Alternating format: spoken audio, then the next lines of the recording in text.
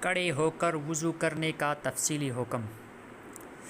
کڑے ہو کر وضو کرنا جائز ہے، خصوصاً جہاں کڑے ہو کر وضو کرنے میں مستعمل یعنی استعمال شدہ پانی یعنی اعضائے وضو سے گرنے والے پانی سے زیادہ حفاظت ہوتی ہو، تو وہاں اسی پر عمل کر لینا بہتر ہے۔